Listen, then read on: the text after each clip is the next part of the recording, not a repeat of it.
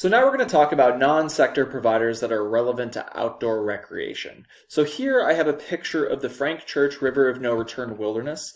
And I mentioned in a couple lectures ago, not for this week, but a previous week, that there's an organization called the Selway Bitterroot Frank Church Foundation that does trail work and other important work in the Frank Church River of No Return Wilderness in Idaho. So this is a nonprofit organization that's focused on stewarding this wild landscape, in large part because the federal government, the Forest Service in this case, does not have the time, money, or resources to steward it in a way that the Wilderness Act says it needs to be stewarded in by law, right? So this nonprofit, the Selway Bitterroot Frank Church Foundation, really fills a gap in something that the government is required to do, but they simply cannot do because they lack funding, because there hasn't been enough political support for public lands in the West to really give them that funding.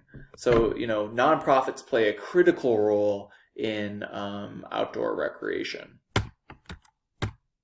Okay, so let's talk about some of the nonprofit sector providers. This is going to be a pretty short lecture.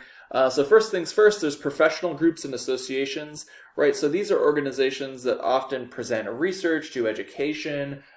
They might advocate on behalf of public lands in a way that promotes proper stewardship, management of those lands through science, and other things. So there are a couple that I'm a part of. One is the International Association for Society and Natural Resources. This really focuses on the relationship between humans and natural resources, and the important role that humans play in shaping those natural resources and managing them, and also to how those resources and how nature, fundamentally shape human cultures, right? So that's what environmental anthropologists are interested in. I'm technically an environmental anthropologist. That's what my master's degree is in. So that's something that I'm personally interested in. Also, we have the George Wright Society. This, they promote the use of science in the management of national parks. It's a professional group. Often they have, educational activities. They have a conference every 2 years where they bring together scientists and managers to talk about managing the national parks and other protected areas in scientifically based ways. So these are just a couple examples of some professional groups and associations that do work that's relevant to outdoor recreation.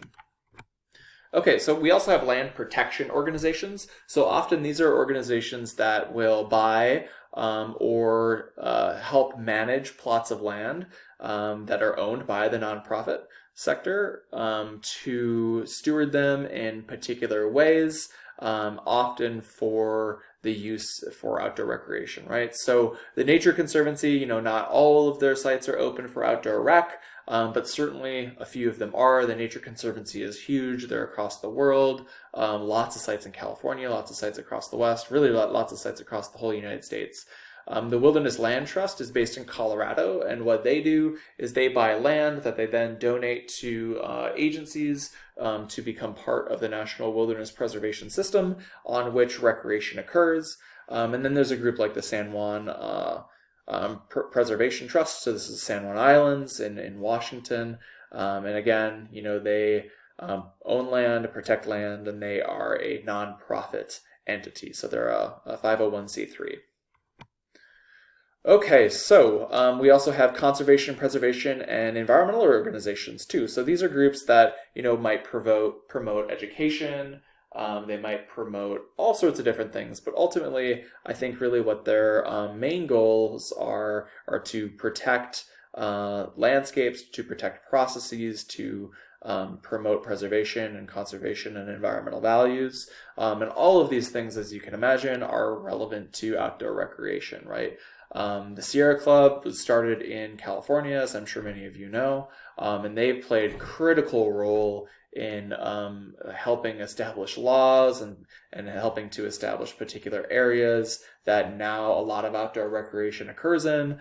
They also are kind of focusing also on environmental issues like pollution. They're focused on environmental justice, all these different things that sometimes feel kind of outside the realm of outdoor recreation, but in many ways are intricately related to and relevant to outdoor recreation. And the Butte Environmental Council is a group based in Chico that does environmental work in the community in a variety of ways, from doing stewardship of urban forest to organizing the I think community garden in town too. So wide variety of organizations doing a wide variety of things. So there are user group associations. So these are particular groups of people who all kind of are interested in the same recreational activities. So the Access Fund protects areas that people rock climb in, and protects access to those areas and preserves that. IMBA, the International Mountain Biking Association, they obviously focus on mountain biking. They have local chapters that might do trail work, that do education on mountain biking, safety, this kind of stuff, right? So again, any kind of user group out there is going to have some kind of association or organization that's really pushing that agenda of that group forward, either in an educational space, a policy space, or other spaces, right? There's the American Pack Rafting Association, the American Birding Association, right? We can think about a lot of different ones. Okay, so there are also public education organizations. So we think about places like Leave No Trace or the National Outdoor Leadership School. They both are promoting, the use of outdoor spaces in ethical ways. Knowles, in particular, focuses on actual outdoor skills. So anything from rock climbing to wilderness first responders, like a variety of things. They do educational stuff around, right? So these organizations and others are really focusing on public education. And lastly, we've got camps and social recreation clubs.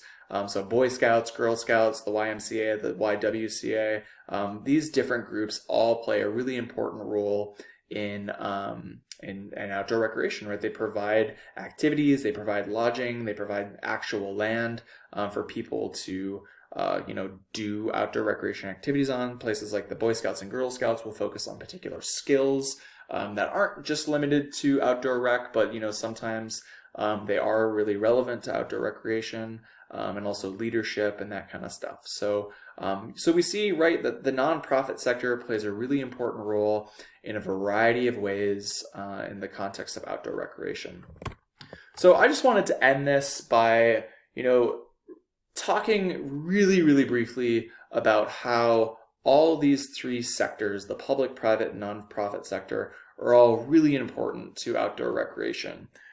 So if you remember from, I'm not going to have an image of it here, but if you remember from, chapter 6, the very beginning of the chapter, and also the very beginning of my first lecture, we have a really useful kind of framework that has the service providers, the setting providers, the equipment providers, and the facility providers that all lead into outdoor recreation opportunities. And we see that the public sector, the private sector, and the nonprofit sector can play important roles in kind of all of these provider situations, right? So we see that the nonprofit, for instance, and the private and the public, they all provide settings for outdoor recreation to occur in.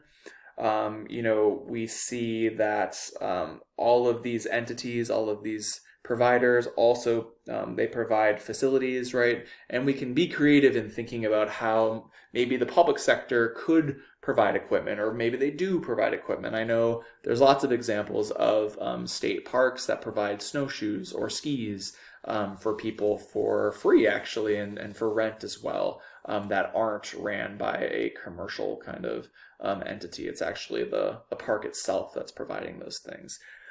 So again, these three sectors just work in conjunction with one another.